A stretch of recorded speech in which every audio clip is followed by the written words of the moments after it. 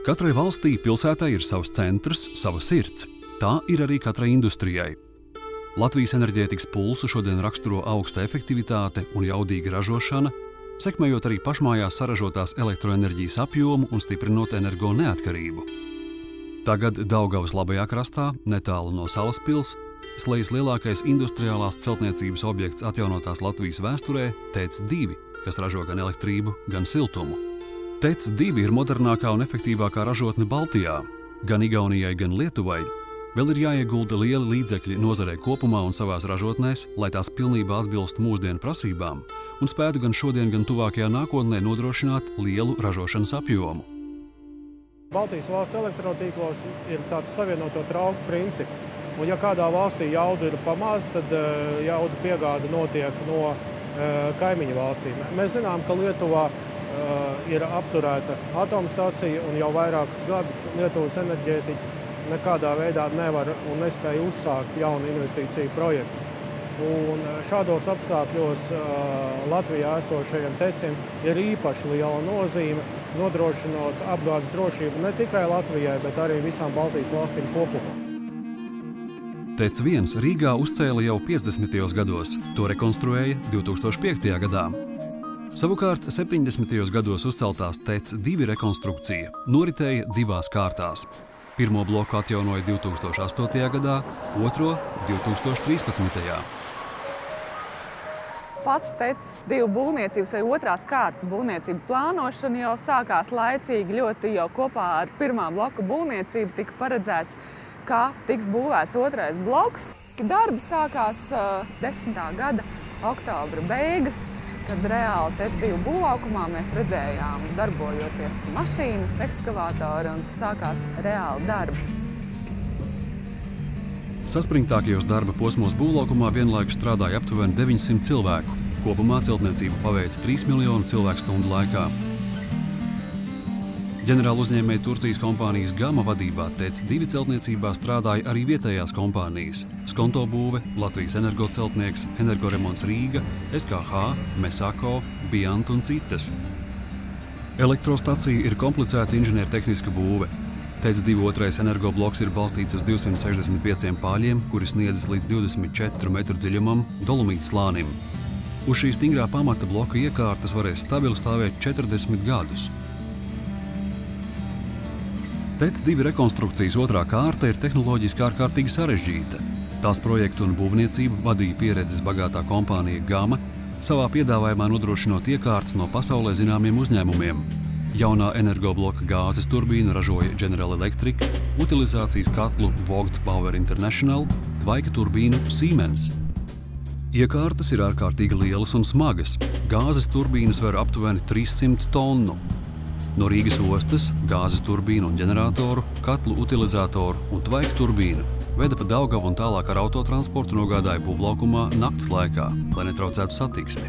Transportēšana noritēja stingri pēc sastādīta grafika, ņemot vērā kravu nozīmību un to tehniskos parametrus. TEC 2 otrā bloka celtniecībā izmantots milzīgs apjoms dažādu materiālu – 10 000 kubikmetru betona, 1500 tonu tērauda stiegrojuma, 2400 tonu rūpnieciskā tērauda, 30 000 metru cauruļu. TEC 2 rekonstrukcijas laikā tika izbūvēti arī pievienojumi augstsprieguma pārvades tīklam un pilsētas siltumtīklu sistēmai. Tagad TEC 2 kopējā koģenerācijas siltuma jauda ir 544 megavati, elektriskā jauda koģenerācijas režīmā 832 megavati, kondensācijas režīmā 881 megavats. Kā zināms, projekta izpildi vienmēr tiek vērtēti pēc 3 galvenajiem parametriem – laiks, kvalitāte un cena. Kvalitāte ir sasniegta, visi garantētie lielumi, kas ir pārbaudīti, ir sasniegti līguma izpildes gaitā. Cena tika nedaudz samazināta, tā kā šis kritērijs arī ir pilnībā izpildīts. This project, Gama has 60 years of experience and we are also investor and contractor. This project is a very signature project for us because the technical side. the gas prices are getting high, so the efficiency is very important. And this plant has an 88% efficiency, which is a very important record in the world. We have designed special equipments here and with the best manufacturers from States to Europe, and we have all combined these all here with our engineering. I think this was a good start of a cooperation of Latvian and Turkish companies, and hopefully we are going to extend this with the new and future business cooperation. TEC 2 stacija pēc rekonstrukcijas sastāv no 2 blokiem. Katrs bloks ir 400 megavatu liels. Un kopā ar abiem 2 blokiem faktiski mēs varam nosegt vismaz Latvijas patēriņu. Tad gadījumā, ja mums nav pieejama elektroenerģija no citurienes, vai, teiksim, HES kaskāde nedod vajadzīgu elektroenerģijas daudzumu, tad Latvija vienmēr var paļauties un balstīties uz šīm lielajām termostacijām, par cik mēs varam jebkurā dienas laikā saražot to elektrības daudzumu, kas mums ir nepieciešams.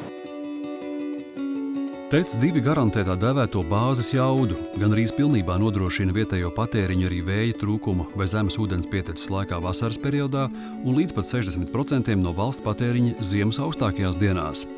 TEC 2 saņem valsts atbalstu jeb subsīdiju, tāpat kā uzņēmēji, kas elektrību ražo no atjaunīgajiem resursiem vai koģenerācijā. Mūsdienās faktiski neviena stacija nav būvēta bez atbalstiem, lai mēs runātu par jebkādām stacijām, viņas saņem atbalstu vai šī OIK veidā vai citādākā valsts atbalsta veidā. Un TEC 2 stacija ar 2 blokiem ir vienīgais Latvijā pieejamais bāzes ģenerācijas avots. Cita avota mums nav. Un skatoties no valsts energoapgādes drošības, es domāju, ka šeit nav jautājumu, kad šai stacijai bija nepieciešams saņemt šo OIK atbalstu, lai vispār viņa taptu, lai vispār mums uz vietas būtu pašiem savas jaudas. Pretējā gadījumā mēs būtu tikpat atkarīgi no ārējiem elektroenerģijas importētājiem, kā tas ir pašlaik, teiksim, Lietuvā, kurai ir slēgtas lielākās stacijas. Līdz ar to mūsu gadījumā šī stacija ir kā energoapgādes drošības garants. Līdztekus garantijai, ka vienmēr būs pieejama paša ražotā enerģija, šodien svarīgi ir arī taupīt resursus un pēc iespējas mazāk kaitēt videi, tāpēc ļoti būtiski izvēlēties visefektīvākās tehnoloģijas. Latvija nav bagāta ar saviem dabas resursiem, kas būtu izmantojami enerģētikā. Nav ne gāzes, ne ogles, ne degakmens, nav arī kalnu upes ar hidro lielu potenciālu, bet īpaši jau tāpēc, to, ko mēs izmantojam enerģētika, ir jāizmanto īpaši efektīvi. Ja? Un te faktiski tas vienīgais un pareizākais risinājums bija šis kombinētā cikla tehnoloģijas, kuras izmantojam koģenerācijā. Kombinētais gāzes cikls, kad mēs sadedzinot gāzi gāzes turbīnā, saražojam elektrību, papildus saražojam tvaiku, tālāk tvaiks iet uz tvaika turbīnu un vēlreiz saražo elektrību. Un tālāk jau caur pēc tvaika turbīnas šis siltums tiek izmantots pilsētas centralizētai siltuma apgādei. Līdz ar to tajā saucamajā koģenerācijas kombinētajā ciklā mēs iegūstam 2 produktus, kas ir elektrība un siltums.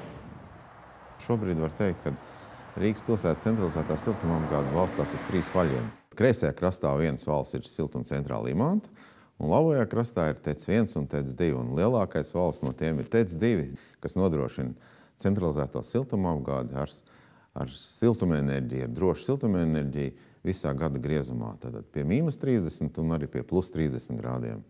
TEC 2 nozīme centralizētā siltuma apgādē tieši labajā krastā ir ļoti būtiski, jo viņa siltuma jauda un pieslēgtā siltumslodze ir lielākā pilsētā. Kā inženieris es varu teikt, kad iepriekšējais bloks, kas bija TEC 2 vecais bloks, man šobrīd jaunizbūvētais, es domāju, ka viņš ir daudz efektīgāks un daudz drošāks nekā bija iepriekšējais. TEC 2 jaunajā blokā uz vienu un to pašu siltuma vienību iegūst līdz pat 3 reizēm vairāk elektroenerģijas nekā pirms stacijas rekonstrukcijas. Turklāt TEC 2 rada 2 līdz 3 reizes mazāk CO2 izmešu nekā ogļu kondensācijas stacijas. Latvenergo ir vadošais Baltijas energoapgādes komersants, un integrēta ražošana un pārdošana ir priekšrocība tirgus apstākļos. Latvenergo ir nepieciešams papildināt ražošanas portfeli tādā veidā, lai izvairītos no pamatā no 3 riskiem. Pirmkārt, Latvenergo ir nepieciešams nodrošināt alternatīvas enerģijas iegādes vietas.